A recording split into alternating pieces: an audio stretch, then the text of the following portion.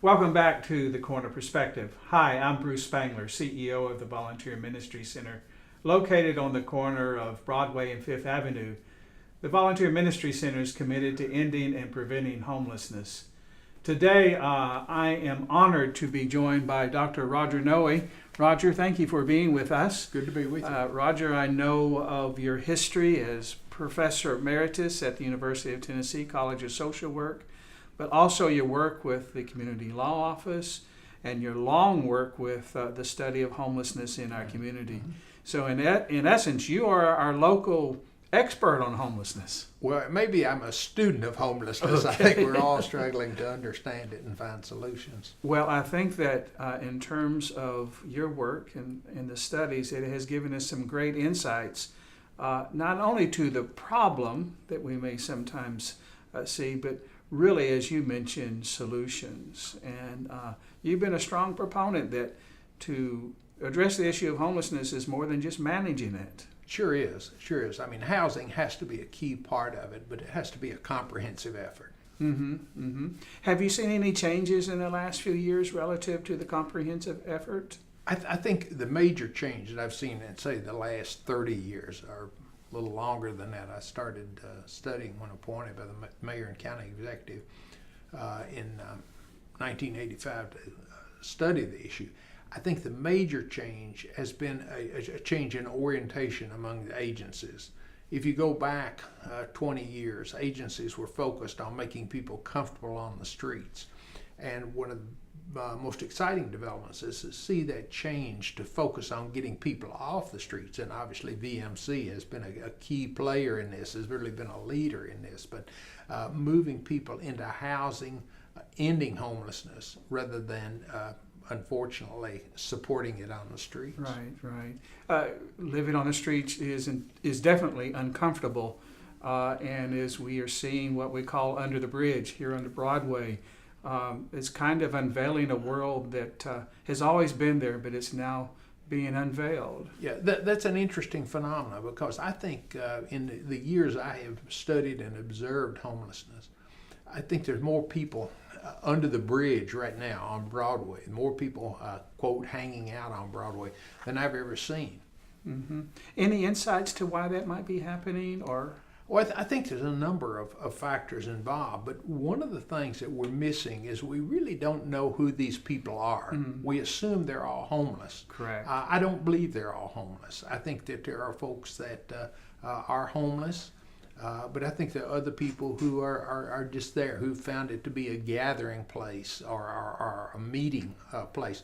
So one of the first things or challenges I think we have is to try to determine who these folks are. What are the characteristics would be one thing. I think another thing is to find out who's already being served by agencies, or which ones are disconnected or need to be engaged in services. But I think those are first steps that we need to take. And to get to know the folks under the street presupposes building relationships. Building relationships, but also from where I see it, is to develop some organized studies that focus on that, where we could gather data that would identify what the needs are, what the issues are, who these folks are. Well, let me ask you to look into your crystal ball.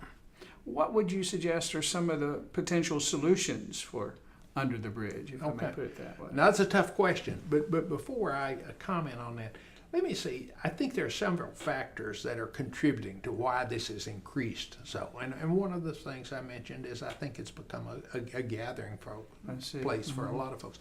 But I think as we've cleaned up the camps, True.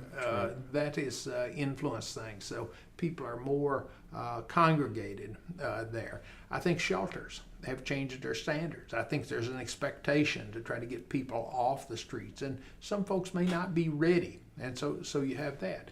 Then I think there's a number of other factors, things like the construction over on Cumberland Avenue, which used to be a hangout place that probably pushed people over this way, or as we've probably had more police presence and cleaned up Market Square, and it's become a gathering place for businesses and so forth.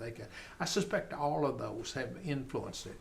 And the one that I wouldn't overlook is I think that Lakeshore's closure and the lack of immediate accessibility to detox and A&D alcohol and drug facilities has probably hindered engagement of folks. And so there are a number of factors that are contributing to this large and growing number of folks who are hanging out there. As far as solutions, I think one of the things that we're up against and continue to be up against is we've got to find a whole range of housing options. Absolutely. And get people into housing.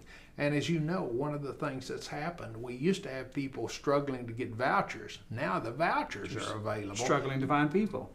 Struggling to find housing True. that where people will accept the voucher. So that's a big issue. So housing's one. But I think the other thing is that we really need to reach out and engage these folks to get them involved. And I think it has to be a coordinated effort. Housing, social services, police, different segments of the community to get involved and put together an organized, coordinated effort based on a plan to address this issue. Yeah. Well, I can't agree with you more on that, Roger. I've always said that you're not dealing with the issue of homelessness until you're talking about housing. Right. And we know that services need to be part of that equation. Well, thank you for joining me today in the Corner Perspective. Jordan, it's always a pleasure. Well, thank you, Roger. Thank you for joining me with this episode of the Corner Perspective, and I hope that you'll join us next time.